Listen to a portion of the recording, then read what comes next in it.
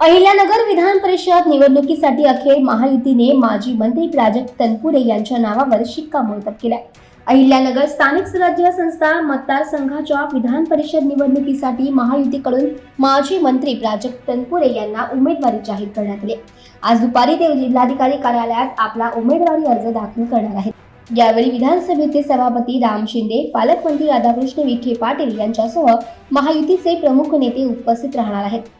उमेदवारी जाहीर झाल्यानंतर प्राजक्त तनपुरे यांनी पक्ष नेतृत्वाचे आभार मानत मतदारसंघाच्या विकासासाठी काम करण्याचा निर्धार घेतलाय.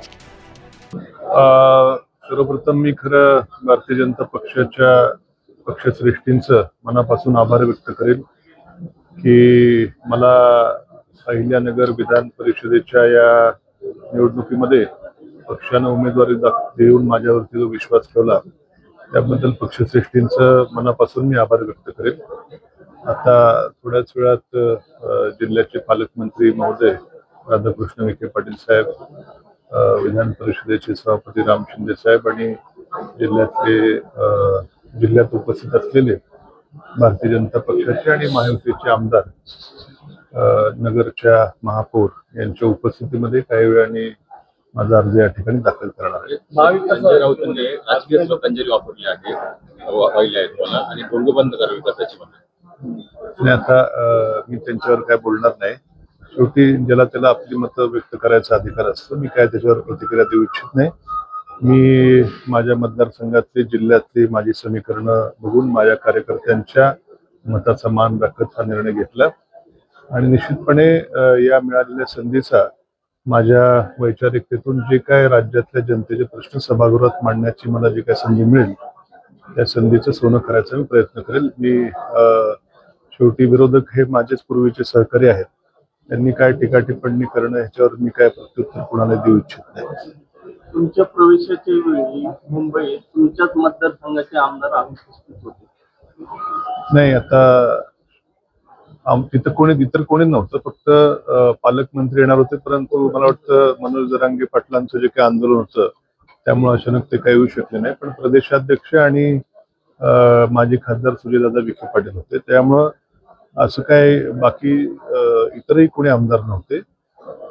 सुजयदादा विखे पाटील आणि प्रदेशाध्यक्ष यांचे उपस्थित झालेले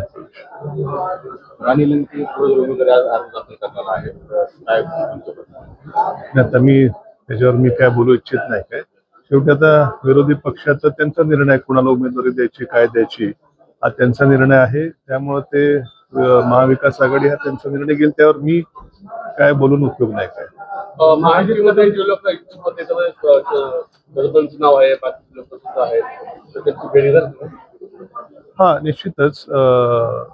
शेवटी प्रत्येकाला उमेदवारी करण्याची इच्छा प्रत्येकाला असते. तो लोकशाहीमध्ये पक्षाच्या विचारधारेमध्ये सर्वांनाच उमेदवारी मागण्याचा अधिकार असतो. माझं आणि त्यांचं बोलणंही झालं होतं काही दिवसापूर्वी. त्यावेळेस मी त्यांना जर उमेदवारी मिळाली तर मी शुभेच्छाही त्यांना दिल्या होत्या. तुमचंही मी काम करेल, आपण एकाच तालुक्यातले आहोत असे मी त्यांना बोलणे आमचं काही दिवसापूर्वी झालं होतं. शेवटी उमेदवारी मागणं हा सर्वांचा अधिकार असतो, परंतु शेवटी उमेदवारी मिळाल्यानंतर पक्षातील सर्व आम्ही एकत्र येऊन, मला खात्री आहे त्यांच्याशी मी संवाद साधेल आणि सर्वजण एकत्र येऊन आम्ही या महायुतीतर्फे इलेक्शनला सामोरं जाऊ. महायुतीमध्ये राष्ट्रवादीने या जागेवर दावा केलाय नगरच्या, आणि जर निर्णय नाही योग्य झाला तर वेगळा विचार करू असाही इशारा दिलाय. नाही, माझ्या काय असं कानावर आलेलं नाही. त्यांनी काल जाहीर केली भूमिका. नाही, माझ्या नाही कानावर, तुमच्याकडनं मी पहिल्यांदा ऐकतोय. माझ्या कानावर असं काय आलेलं नाही. कालच सुनेत्रा ताईंची माझी भेट झाली, चौंडीला ताई देखील आल्या होत्या. आमची काही यावर चर्चा तशी झाली असती, पण तशी काही चर्चा नाही. ताईंनी अत्यंत आम्ही बोलणं आमची व्यवस्थित गप्पा झाल्या, त्यांचंही मी स्वागत केलं. असं काय असतं तर ताई मला कालच बोलले असते, पण अशी काही चर्चा सुनेत्रा ताईंची माझी काय झाली नाही. तशी काय महाविकास आघाडीचं कुठेतरी बिघाडी झाल्याचं चित्र सध्या निर्माण झालं आहे. त्यावेळी थोरात साहेबांनी कसले असतील किंवा वित्त यांना उमेदवारी अर्ज देण्याचं सांगितलं, पण तिकडे राणेंची सुद्धा उमेदवारी जाते, कसं पाहताय? नाही, आता त्यांच्याकडं काय चाललंय ह्याच्यावरती मी आज टिप्पणी करणं योग्य नाही. शेवटी आता मी महाविकास आघाडीचा घटक होतो, पण आज मी त्यांचा घटक नाहीये. त्यामुळे त्यांच्यामध्ये काय विषय असतील याच्यावरती ते बोलणं माझं काम नाही.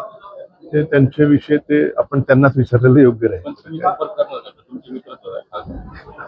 नाही, माझी राजकीय पक्षाविरहित सर्वांचीच मैत्रीचे संबंध आहेत.